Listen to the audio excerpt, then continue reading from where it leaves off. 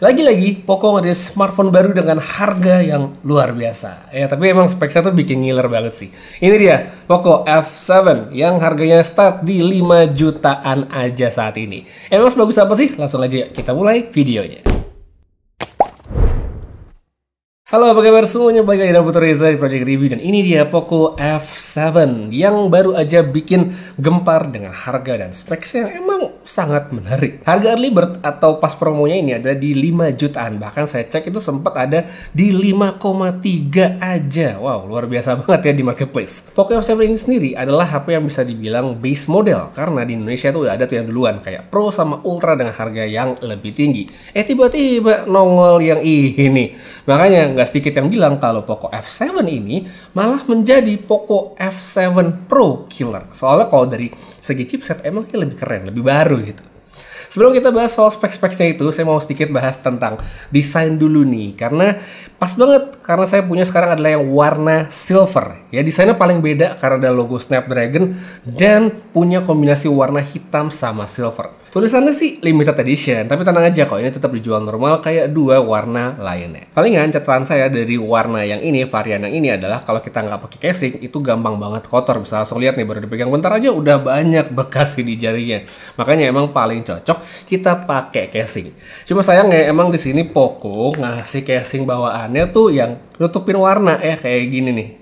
Ya, jadi emang bukan clear case, padahal kan ini limited edition dengan warna atau motif yang emang beda banget, yang menurut saya sayang banget kalau ditutupin. Makanya mungkin kalau beli clear case lagi gitu yang baru biar bisa tetap melindungi supaya tidak gampang kotor tapi tetap nunjukin desain kayak begini, itu adalah ide yang tidak buruk ya nanti ke depannya. Kemudian waktu itu saya sempat juga baca ada yang nanya, "Bang, itu di atas logo Snapdragon beneran ada bolongan sirkulasi udara atau enggak sih?" Well, ini desain doang sih, jadi tenang aja nggak bolong. Karena kalau ini bolong beneran, saya juga penasaran nih di tengah begini nanti IP rating tahan debu sama air itu bakal gimana gitu kan. Kalau bolong, kalau di sini pasti gampang banget tuh masuk segala macam. By the way, Poco F7 ini udah IP68 yang jadinya udah tahan lah buat kena debu-debuan dan kena air yang cukup banyak, jadi secara proteksi harus ada oke. Untuk handphone sendiri, dia punya ukuran yang cukup standar, saya bisa bilang. Tebalnya oke, mengingat ini punya baterai yang gede di 6500 mAh.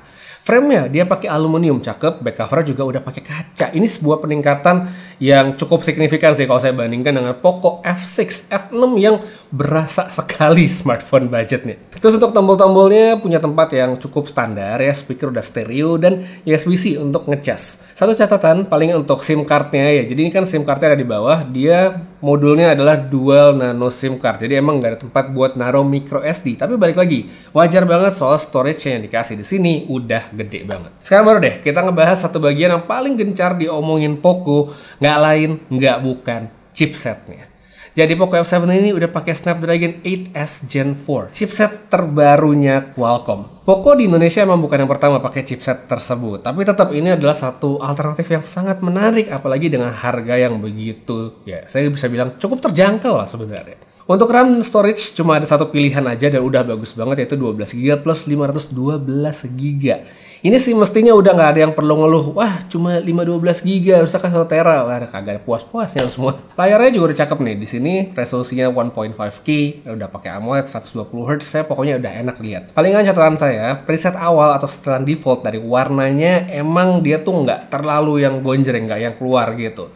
Jadi buat para pengguna casual yang mungkin pingin layar lebih vivid, lebih saturated gitu ya, sangat disarankan untuk ganti presetnya di menu setting. Overall kalau pemakaian buat kita pakai nonton, untuk browsing, baca, ini menurut saya udah aman banget. Next baru nih kita testing dari spek chipset dan performanya Poco F7. Klaim itu tuh 2 jutaannya Poco saya udah nyampe banget ya. Dites dengan atau tanpa kipas tambahan, saya pakai di ruangan ber-AC sekitar 25-26 derajat Celcius.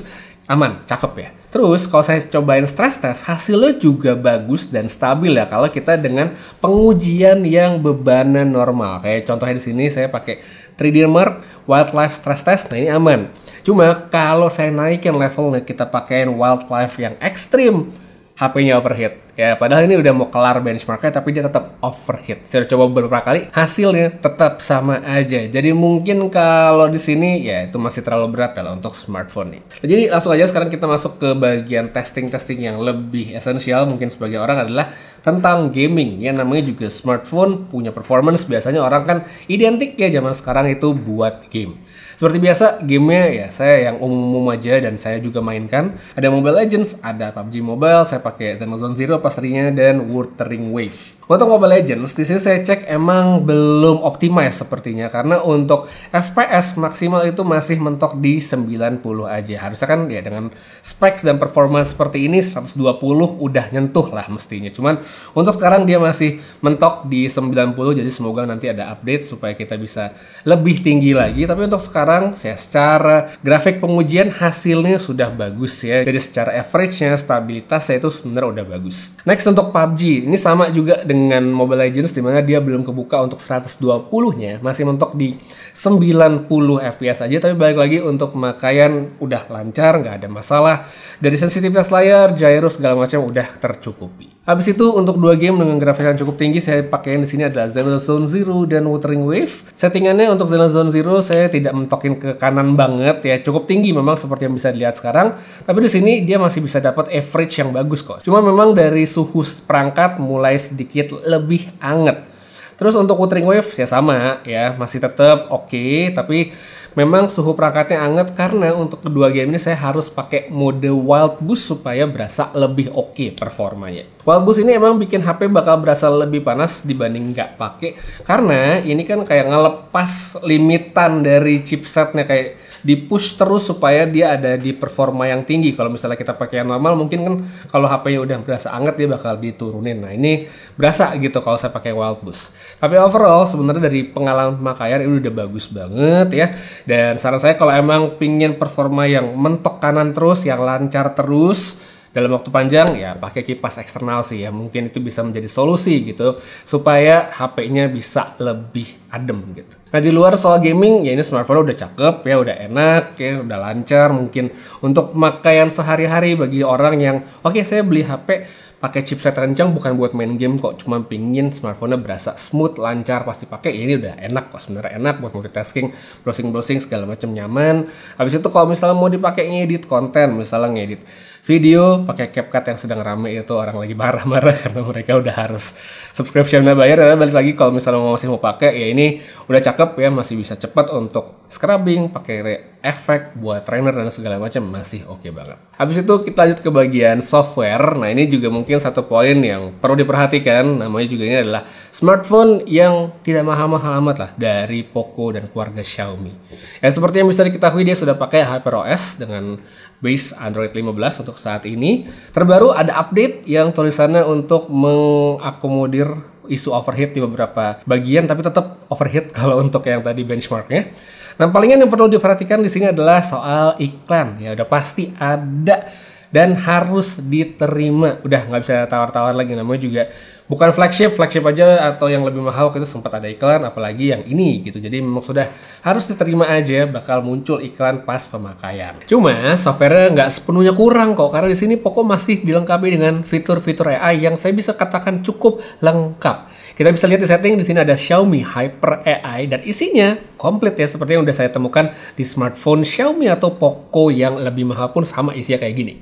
Kita bisa buat pakai interpreter bahasa asing, bisa untuk writing, generating text ya, terus ada untuk transcribe, dan juga tentunya buat edit foto dari eraser sampai expand ada semua di sini. Next untuk bagian baterai, ini juga udah oke sebenarnya, kapasitas besar dan cukup efisien untuk pemakaian sehari-hari. Seharian kalau dipakai non-intensif ya itu sebenarnya aman, nggak bakal habis. Cuma kalau memang kita geber main game terus-terusan ya bakal habis juga ya. Tapi overall sebenarnya dari pengujian saya ya untuk pemakaian sebenarnya udah mencukupi sekalipun kita lagi pakai main game. Untuk ngecas dia udah support 90 watt ya, cukup cepat juga dan mencukupi lah, nggak yang lambat banget. Jadi untuk ngisi baterainya menurut saya nggak terlalu lama untuk sebuah smartphone dengan baterai 6500 mAh. Jadi overall kalau dari segi performa ya saya bisa bilang ini sebagai flagship killer itu masuk banget sih kalau dari segi performa ya. Orang bisa jadi nggak beli handphone flagship kalau memang nyari performa, karena di smartphone 5 jutaan aja itu sudah terakomodir dengan baik. Jadi kalau buat main game aja sebenarnya udah cukup banget sih ini. Nah sekarang performa udah kelar, dan satu lagi kita masuk ke bagian yang saya kira itu tadinya bakal ya biasa aja gitu, tapi ternyata wah lumayan juga gitu, di luar ekspektasi saya lah. Nah ini adalah soal kameranya. Gini-gini untuk HP performa ya tadi saya punya ekspektasi yang nggak tinggi-tinggi banget. Poco F7 ternyata tidak terlalu mengecewakan, yang nggak mengecewakan sama sekali bahkan. Setup di bagian belakang dia pakai dual kamera 50 plus 8 megapiksel untuk lensa ultra wide. Untuk perekaman video di kamera belakang dia bisa sampai 4K, sedangkan di kamera depan sayangnya masih di 1080p aja. Ya mungkin ini satu bagian yang dikurangi dari smartphone ini ya, jadi kamera depannya belum bisa 4K untuk perekaman video. Tapi mungkin sebagian juga tidak terlalu peduli soal itu. Untuk hasil fotonya saya bisa bilang punya detail yang ternyata cukup bagus loh. Jadi saya coba foto-foto beberapa teman-teman saya ya, terus ambil detail-detail dari objek segala macam, hasilnya masih oke ya. Jadi saya cobain juga, ini walaupun handphonenya tidak punya lensa tele, saya zoom pun ya pakai yang 2x, oh ternyata masih bisa dapat detail. Jadi menurut saya ini cakep banget untuk sebuah smartphone performance dengan ekspektasi yang sangat rendah. Terus untuk bagian warna emang dia kecenderungannya kelihatan lebih natural, bukan yang gonjreng saturated gitu. Processingnya juga ya khas Poco Xiaomi. Skin tone juga menurut saya boleh, nggak jelek gitu ya sama sekali. Palingan dynamic range aja sih, beberapa skenario dia bakal kelihatan agak kurang lebar, tapi baik lagi not bad untuk foto-foto yang casual. Untuk lensa ultrawide hasilnya oke juga ya. Bahkan saya cobain di kondisi low light sekalipun ini nggak bisa dibilang yang jelek banget, karena masih lebih baik dibandingkan ekspektasi saya. Ya memang ada penurunan tapi nggak jelek sama sekali. Tapi balik lagi untuk ekspektasinya tentu ya tidak bisa mengharapkan smartphone ini punya kamera seperti handphone yang memang lebih fokus ke bagian tersebut. Tapi ya diterima aja, udah cukup. Ya sekarang ini buat sampel video pakai Poco F7. Resolusi di kamera utama dia bisa 4K 30 seperti yang bisa dilihat sekarang. Dari sini sih yang bisa saya komentari mungkin dari segi warna ya, dia tidak terlalu keluar warnanya dibandingkan sama yang aslinya. Ya mungkin pinginnya kelihatan lebih natural kali dari Poco. Kita angkat ke atas untuk daun-daun, nah itu udah di-range sedikit. Dan sekarang kalau ada subjek orang, hasilnya kayak gini, skin tone, ya kontras, clarity, sharpening, audio bisa juga didengar, stabilisasi dipakai sambil jalan, hasilnya kurang lebih seperti yang bisa kalian lihat sekarang. Oke atau enggak silahkan dikomentarin aja. Tapi yang namanya sebuah smartphone performance kayak gini, saya bisa bilang kalau dia kita nggak bisa punya ekspektasi bahwa performance-nya bakal oke banget gitu hasil videonya, karena yang namanya juga handphone yang ngandelin chipset kenceng bukan kamera. Tapi untuk hasil ya menurut saya buat para casual sih udah mencukupi ya, nggak yang jelek-jelek banget. Kalau menurut kalian sendiri gimana? Oke atau enggak? Silahkan komentarin aja. Dan abis ini kita pindah ke kamera depan ya. Nah sekarang ini kalau kita pindah kamera depan ya, kamera depan dari Poco F7 nih sayangnya hanya di resolusi 1080p aja. Jadi dia tidak ada opsi untuk rekam di resolusi 4K seperti kamera utama. Cukup disayangkan karena kualitasnya akan jadi kelihatan jomplang ya. Kamera belakang udah 4K, yang depannya masih 1080p ya. Jadi hasilnya seperti ini, warnanya bisa lihat, skin tone, kontras, ketajaman. Mungkin kalau kalian penasaran dengan stabilisasi kalau dipakai jalan, kalau dipakai jalan hasilnya seperti ini. Oke atau enggak silahkan komentarin aja. Dan ya habis itu kita pindah ke low light lah, kita lihat hasilnya kayak gimana. Oke, sekarang ini sampel di kondisi low light pakai Poco F7. Ini resolusi 4K 30 fps. Ada lampu gede di situ, lampu jalan yang cukup terang. Kita bisa lihat hasilnya kayak gimana. Audio bisa didengar. Sekarang saya geser ke tempat yang semakin gelap, makin ke depan pohon lampunya. Jitter-jitter ya bisa kelihatan lah ya. Lalu juga ada IS, tapi ya hasilnya seperti ini. Balik lagi handphone performance, bukan handphone kamera. Menurut kalian gimana? Oke atau enggak? Komen aja. Dan buat yang nanya apakah bisa pindah lensa, tidak bisa, karena lensa ultra wide yang ada di Poco F7 ini hanya bisa merekam video di 1080p aja. Ya sekarang kita pindah kamera depan. Nah sekarang di kondisi yang sama dengan kamera depan 1080p ya hasilnya kayak gini. Kita masuk atau mendekat ke sumber cahaya, lebih terang, lebih terekspos, lebih dapet. Tapi kalau saya pindah sini yang lebih gelap ya otomatis gambar juga menjadi terlihat lebih gelap. Tapi menurut kalian gimana? Masih cukup atau enggak? Silahkan dikomentarin aja. Dari Poco F7 ya, ini dia kameranya. Sekarang langsung aja kita masuk ke kesimpulan, apakah smartphone ini worth it dibeli atau enggak. Jadi itu dia, untuk 5 jutaan Poco F7 emang oke sih, emang bagus smartphone ya. Palingan catatan saya dari smartphone ini cuma ada 2 ya untuk sekarang, yaitu suhu. Ya soalnya emang Poco, Xiaomi sekeluarga itu kalau nahan performa soal suhu agak lost gitu, kayak nggak dari kamus mereka. Makanya kalau emang pemakaian dalam jangka waktu yang panjang, di push yang intensif, suhunya emang bakal berasa lebih tinggi gitu. Terus untuk iklan di OS, ya itu suatu hal yang sudah tidak terhindarkan dan harus dimaklumi serta diterima aja gitu. Udah harus dipikirin dari awal, oh saya beli ini smartphone pasti nanti bakal ketemu iklan ya. Tapi mungkin emang yang nggak banyak-banyak banget, tapi pasti muncul gitu, harus diterima aja. Apalagi untuk pelanggan setia Xiaomi, Poco ya di kelas mid-range pasti udah tahu. Sisanya sih udah ini oke. Dari performa cakep ya, layar bagus, baterai juga udah cukup tahan lama. Terus untuk bagian kamera ini juga nggak bisa dibilang jelek sama sekali, karena ya itu lagi di luar atau bahkan melebihi ekspektasi awal saya. Tapi balik lagi, ini kan smartphone kelas performance, karena kalau misalnya kameranya dibikin lebih bagus dari ini, pasti harganya nggak bakal 5 juta, pasti bakal lebih tinggi lagi, nggak dapet ya. Jadi kalau emang prioritasnya performance, menurut saya gas aja sih si Poco F7 ini selama masih ada, karena emang oke lah, flagship killer dari segi performance, mantep banget. Jadi itu dia untuk sedikit sharing pengalaman saya dengan Poco F7. Makasih banyak nonton sampai habis, semoga bisa menjadi referensi tambahan bagi yang emang butuh ya insight dari orang tambahan gitu. Terus pamit, sampai ketemu lagi di video berikutnya, dan seperti biasa, have a nice day.